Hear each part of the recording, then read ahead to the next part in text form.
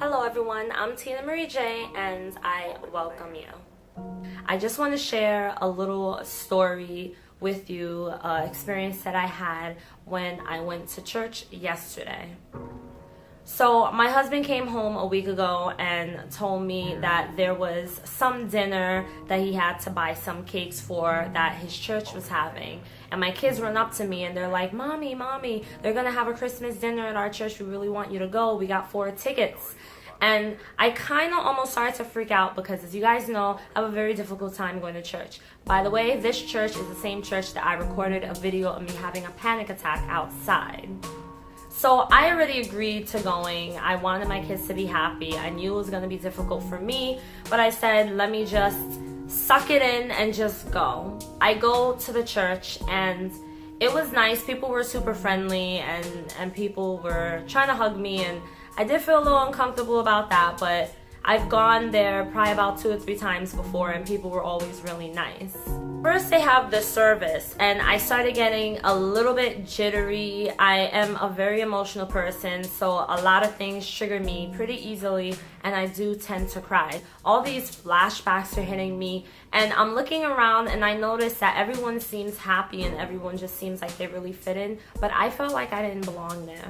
They do this thing called a huddle where they all get up and they get together and then they just make a large circle and they pray, and then you go into groups of 3 and just have someone pray for you. As soon as they started the prayer, my husband already knew. He was like, don't worry about it, just go sit down. This man says, come on, I'll pray with you. I said, no, you know what, I don't really want to pray. He's like, no problem, don't worry about it. Not once did I ever feel pressured, not once did anyone come up to me and ask me, why aren't you praying? Why aren't you standing? Why aren't you clapping? I felt pretty free to just sit back and observe and to just stay in my little safety net. And then we got to the message. The message was extremely relatable for me. It totally hit close to home. The pastor, first of all, I really like him a lot. He's young. Majority of the people that attend the church are in my age group, and I just felt like people seem a lot more relaxed. He was talking about a lot of things that I think about often, and one of those things are God letting you go after you've walked away from Him. All of the things that people told me when I was in the ICOC were things that really got to me personally. I know a lot of you could relate with. And some of those things were that I was a disappointment to God and that I would not make it to heaven. Well, this pastor said something around the lines of, no matter how far away you feel like you get from God or how much you think you disappoint God, God still has you and God always wants you back. Then he said that some people feel like they have to make a commitment to behaving a certain way or to doing things perfectly, and that's not what God wants. Go to God and just allow yourself to open up your heart to God. Of course, this made me feel both uncomfortable because the last thing I really have been wanting to do is open up myself to anybody at this point, but also it made me feel comfortable because everything that this pastor was saying was opposite of all the things that people in the ICOC would tell me.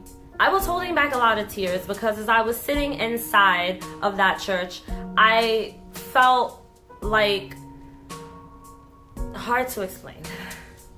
I kept on thinking about the stuff that was said to me when I first left the ICOC, and I really realized a lot of these things that I try to let go of, it has not fully left me, and that's because it's only been almost 2 years now since I've left, and it takes a lot of healing. And even if you do find a new church, you're still gonna have to go through healing, and that's okay. I told myself, just allow yourself to go through the process. If you have to cry a little, cry, and just let yourself feel whatever you feel. And so I did. So I can tell you guys that what I felt was welcomed. I didn't feel like anyone was pressuring me. I didn't feel love bombed. I felt the way that I always thought that God was. God is loving, and God is not like this horrible person who's like, either you're going to heaven or you're going to hell. And the pastor seems really cool about a lot of things. I mean, people in there date, but I found out you don't even have to date in the church. Like, they could date outside of their church. And the Bible, you can use your phone to read the Bible. I got in trouble one time in the ICOC for using my phone to read a Bible, and the pastor even made a whole long speech on stage about people not bringing their Bibles to church, not bringing a notebook to church. And this church my husband goes to seemed very different. This church seems more normal, and it started to hit me as he kept talking and kept talking about things that I could relate to and things that I've been feeling and going through. And all I just started thinking was, maybe the ICOC twist things up so badly and screw people over, including me, so badly that they really make you feel like this is who God is. But then if you go to a church that does things differently and does things out of genuine love, which is rare to find a Christian church that will do that, then maybe you'll see that it's not really so much God, it's just the people. Now, of course, I always knew it was just the people. But, you know, when you're coming out of a cult, it's difficult to adjust and to trust again. And it's still difficult for me to open up. I think it's going to be hard for me to open up for quite a while.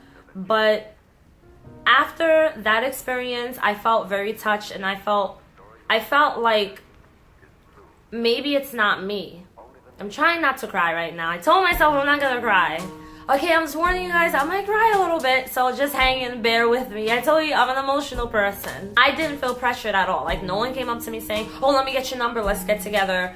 I didn't feel that invasiveness that the ICOC gave me when I very first started attending. I felt like people knew how to just give me my space. Like, people could sense that I was a little bit like, okay, you know. So when I got home, I talked to my husband and I told him how I felt. I told him everything, and I started to cry.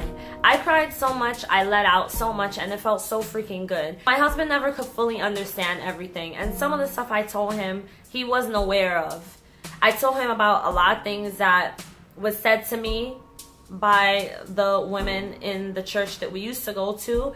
I told him the way they made me feel, how unworthy and how unforgiving and like how bad of a person I felt.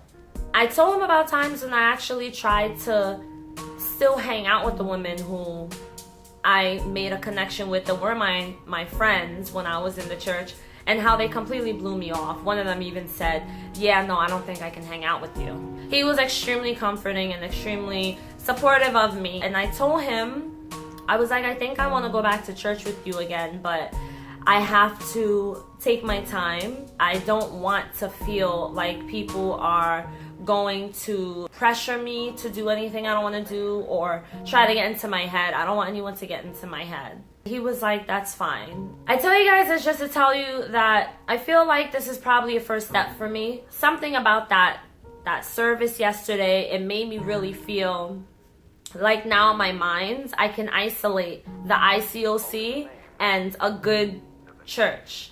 And I feel like whatever it is that you want, if you want to go back to church, or if you don't want to go back to church, if you want to continue to try to have a relationship with God, or you don't want to continue to have a relationship with God, whatever it is, ultimately, it is very important for our own spiritual health that we have some sort of faith. Even if it's just faith in ourselves. I mean, hey, some people think that God is in them, like they're their own God, and that's fine. I just think that whatever makes you happy, that's what you should follow. I think that being in a religious cult is extremely damaging. I know. It is probably one of the most damaging things that can happen to a person, psychologically, emotionally, and mentally. It can make people never want to go back to church. It can make people never want to read a Bible. It did bad for me in a way where it made me feel completely disconnected. I felt horrible about myself, and I still carry some things about myself, which is why the affirmations, I don't just say them for you guys, I also say them for me. And I do believe the affirmations that I repeat. When I go into a church, I don't really feel like I can connect, because I just don't feel like I belong. And the reason I don't feel I belong is because I don't feel like I'm good enough to be there. I don't feel like I'm good enough for God. People don't understand that words are very powerful.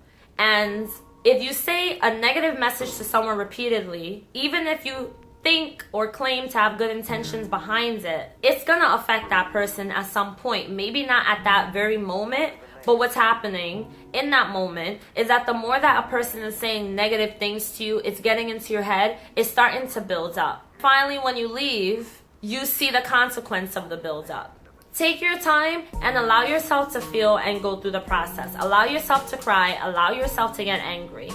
You just never know what negative experience can lead you to how many great positive opportunities that are out there, no matter what your faith and belief is. So even though I'm still building myself, because once you have been broken, it takes time to rebuild, but it's not impossible. Even though I still have a lot of pain inside, I know that I'm gonna come out of it. I have a very distorted way of who I think God is, and I think maybe if I can learn, then maybe I can have my own real relationship with God, and it won't be like I have to be this perfect person all the time, and I have to be like other people who consider themselves holy and do things the way they do things, and I have to focus on getting to heaven. It's not gonna be like that. I think if it's like that, then God looks like this big dictator. I don't think in my heart that that's who God is. And some of you may not agree with me, and that's fine. But I'm always going to keep it real with you guys. And I've never really seen what God really can be like, because I've always thought of rules, and I have to be this perfect person, and I have to get it right because I got to go to heaven or I'm going to go to hell. It's too much pressure. And then who's going to want to do that? Who's going to want to try to fulfill that when it's so hard to fulfill? For those of you who follow me along my journey, I thank you so much. I believe I'll be fine, and I believe the same thing for you guys. Do something because it's what you want to do, and it's something that makes you happy. Whatever faith, whatever God you have in your life, whatever it is that makes you happy, you follow that. Glad I made it through that one without crying. I was trying to get like